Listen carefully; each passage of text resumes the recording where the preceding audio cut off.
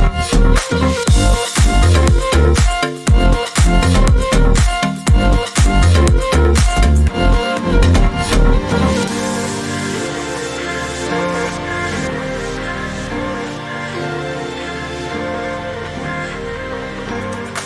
sejahtera.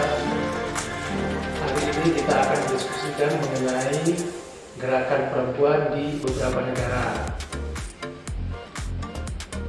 terutama negara-negara di mana terjadi pelecehan seksual atau diskriminasi terhadap perempuan.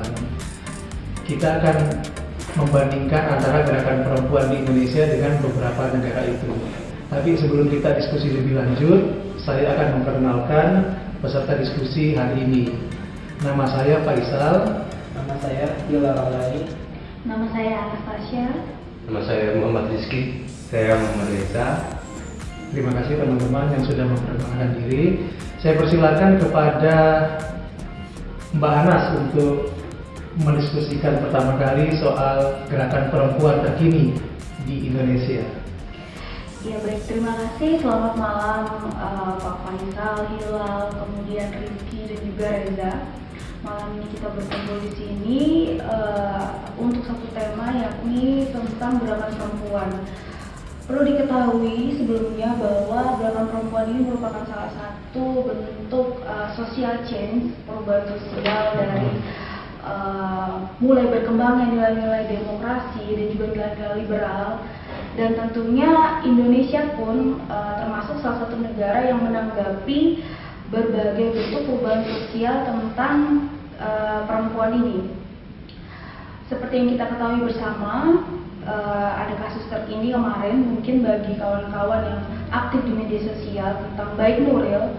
Itu hanya salah satu jenis dari kekerasan seksual yang terjadi di Indonesia yang kebetulan berhasil di blow up oleh media.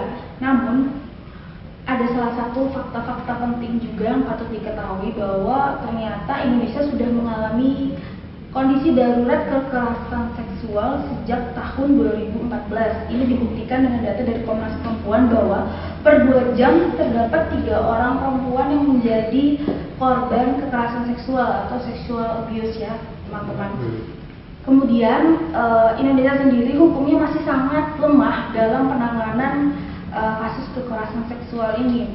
Banyak gerakan yang mendukung untuk perbaikan lagi hukum di Indonesia dalam terutama dalam rancangan undang-undang kekerasan seksual yang saat ini sedang digodok di tingkat DPR. Jadi sampai saat ini Indonesia belum punya undang-undang mengenai kekerasan seksual itu. Jadi kekerasan seksual ternyata dalam KUHP Indonesia belum memiliki terminologi pasti seberapa jauh kekerasan itu, seberapa dalam jenis kekerasan yang digolongkan kekerasan seksual, lalu tindakan apa yang harus diberikan kepada para korban kekerasan seksual, serta hukumannya seberat apa bagi pelaku kekerasan seksual. Terutama Indonesia sendiri yang kita ketahui merupakan sebuah negara yang bentuknya Kalau di Amerika Serikat atau di beberapa negara Amerika Latin seperti apa? Ya untuk diskusi ini mungkin saya langsung ambil dari Amerika aja ya. Kalau misalnya Amerika tuh ada concern tertentu dengan pergerakan perempuan, apalagi dengan nilai liberalnya yang cukup kuat di negara itu. Jadi mungkin kalau tahun kemarin itu ada namanya Me Too Movement.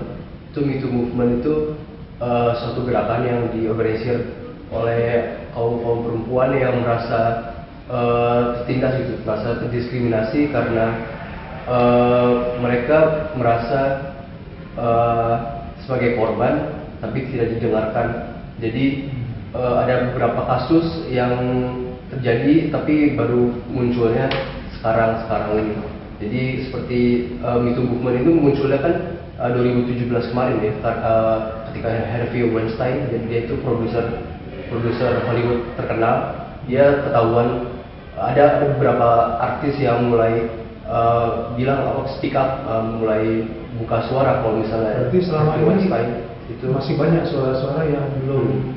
Ya itu. Jadi di dalam Me Too Movement ini suara-suara itu, di gelombang suara-suara itulah yang berusaha untuk diangkat. Jadi antara sesama perempuan yang mungkin nggak harus mereka korban, tapi juga mungkin ya merasa merasa emansipasi, merasa tergugah gitu. Jadi untuk mendorong untuk ayo semuanya speak up, jangan diam saja, jangan mau mereka tidak dipersekusi tapi kita jadi korban, sedangkan mereka lolos saja gitu dari sistem yang ada. Jadi mungkin kalau misalnya dikaitkan dengan sekarang efeknya apa, itu lumayan banyak. Jadi perusahaan-perusahaan besar kayak Google itu kan ada beberapa kasus ya, beberapa kasus yang mungkin ada kan memang kalau misal di Silicon Valley kan tempat Google, Facebook dan sebagainya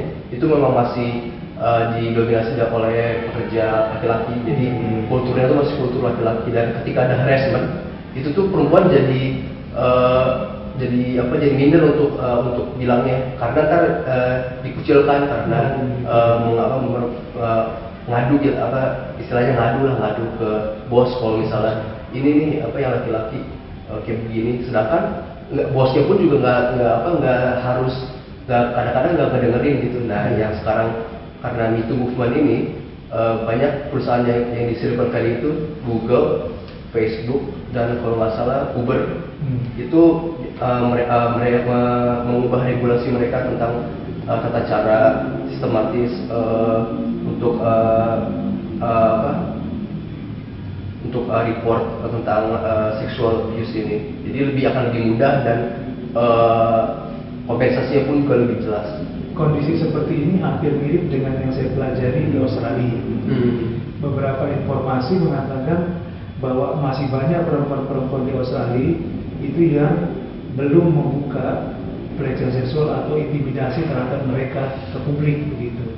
Kondisi ini hampir mirip dengan di Amerika Serikat tadi dan di Indonesia tadi. Cuma di Australia di bagian perkotaan urban itu lebih terhormat, lebih menghargai perempuan.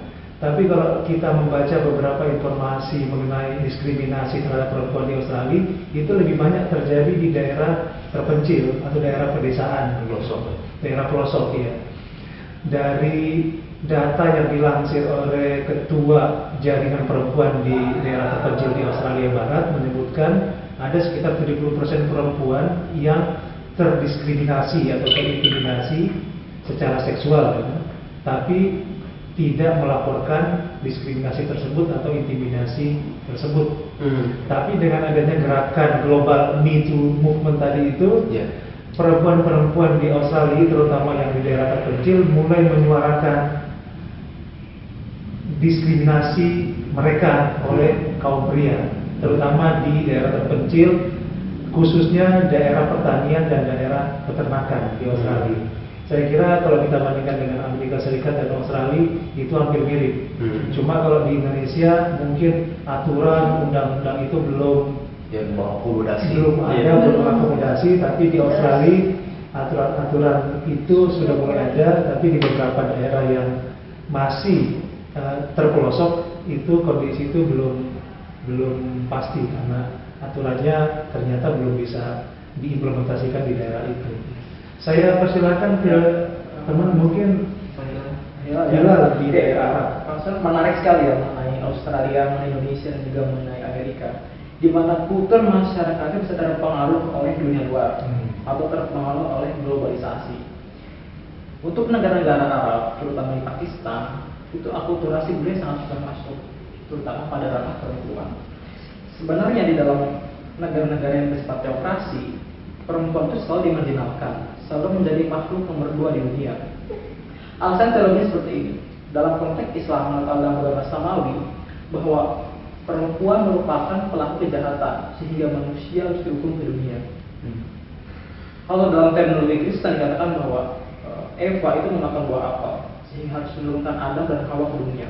Jadi karena kesalahan Eva, maka perempuan harus, berapakah perempuan itu merupakan suatu pelanggan kejahatan.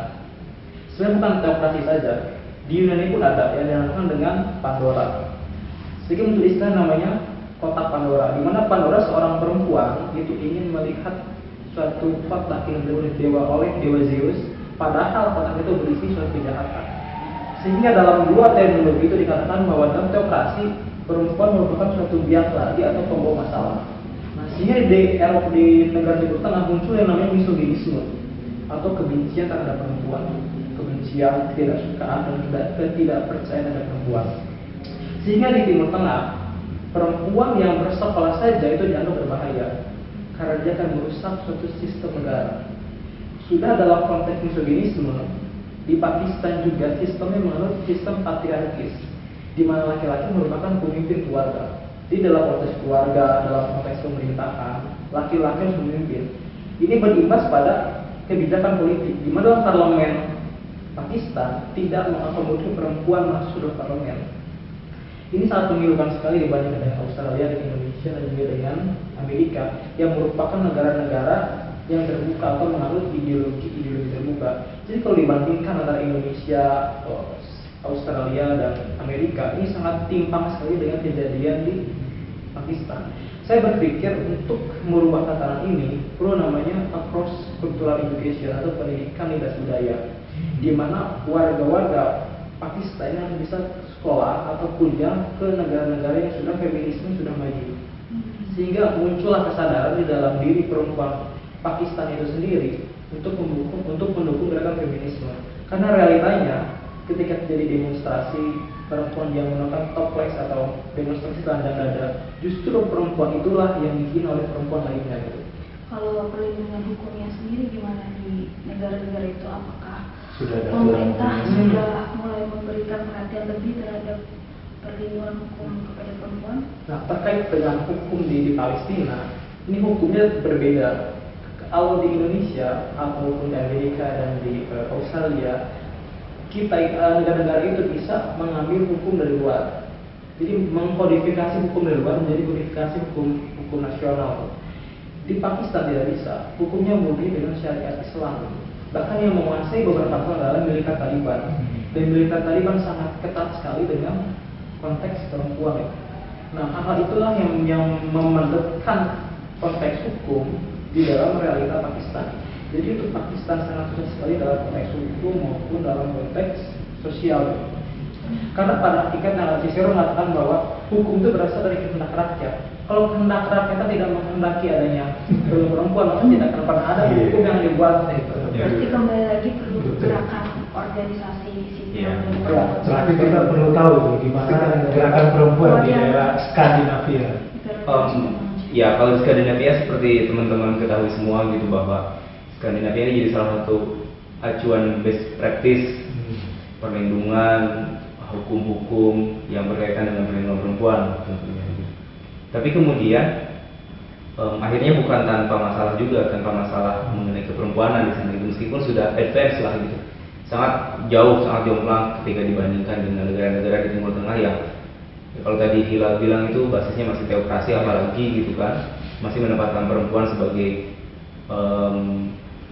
warga negara kedua lah gitu kan. Negara-negara Skandinavia memang sudah menempatkan perempuan itu sebagai warga negara yang setara dengan laki-laki. Tapi hal lain akhirnya muncul ketika sudah mapan jaring pengaman hukumnya, terus kesadaran perempuan untuk speak up tadi gitu kan.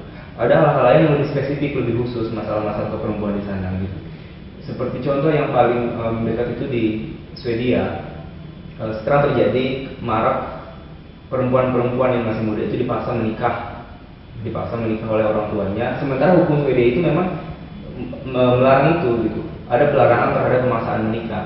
Sudah aman di Swedia dia hukumnya, tapi ketika orang itu dipaksa menikah, dia akan dibawa ke luar negeri, dinikahkan di luar negeri, gitu kan, dan dipaksa menikah di luar negeri. Jadi tetap saja ada pelanggaran-pelanggaran terhadap hak-hak perempuan, gitu kan. Tetap ada, ya kalau boleh dibilang itu sebagai salah satu bentuk pelecehan atau pemaksaan bahkan kan ke perempuan. Tetap aja seperti itu. Cuma sekarang modusnya dia beralih. Dari awalnya memang dilakukan di negara itu, gitu, terjadi di negara itu. Hanya dia bergeser. Kita paksa, kita tidak bisa melakukan pemaksaan pernikahan ini di Swedia. Kita bawa si perempuan ini keluar. Bentuk perlawanan dari perempuan, aktivis perempuan di sana pada akhirnya terjadi kemarin ada imbauan ke perempuan-perempuan yang memang dia ragu diajak keluar oleh orang tuanya, oleh misalkan oleh pasangannya yang belum menikah, dia ragu dia dibawa keluar itu untuk apa gitu. Ada yang bawa untuk dia masukkan sendok di celana dalamnya gitu. Jadi dia masukkan sendok di celana dalam, ketika dia dibawa ke airport bakal terdeteksi metal detektor bahwa oh ini kenapa nih. Akhirnya ketika dia tidak bisa speak up di jalan misalkan, dia dipaksa nih sampai ke bandara, ada otoritas bandara yang nanya misalkan, ini kamu nggak bisa masuk, ada metal di badan kamu tapi nggak ketahuan di mana. Akhirnya di situ dia bisa buka jalan untuk speak up ke si otoritas bandara misalkan atau ke security di sana gitu. Jadi ada bentukan lain terhadap perempuan, pelecehan, pemaksaan terhadap perempuan yang mungkin juga tidak terbayangkan akan terjadi di negara-negara yang masih, kalau misalkan tadi di Indonesia masih bentuk pelecehannya verbal, pelecehannya seperti ya langsung fisik, atau bahkan di negara-negara Arab itu masih ada penempatan perempuan sebagai warga negara kedua gitu kan. Bentuk-bentuknya jadi advance juga gitu, karena memang di Swedia sudah di Skandinavia secara umum sudah advance. Akhirnya juga permasalahan juga sudah lebih kompleks. Beda lain dengan di Denmark misalnya, permasalahannya bukan lagi tentang apakah perempuan itu bisa kerja seperti di negara Arab atau bisa menikmati hak yang sama gitu. Sekarang sudah lebih spesifik, apakah perempuan muslim misalkan bisa menggunakan hijab ketika bekerja gitu. Ada permasalahan seperti itu juga gitu.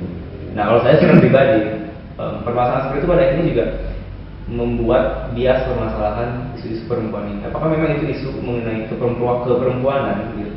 Apakah memang harus disuarakan oleh organisasi-organisasi yang mendukung perempuan, atau jangan-jangan itu isu yang sifatnya isu-isu agama, isu-isu minoritas gitu.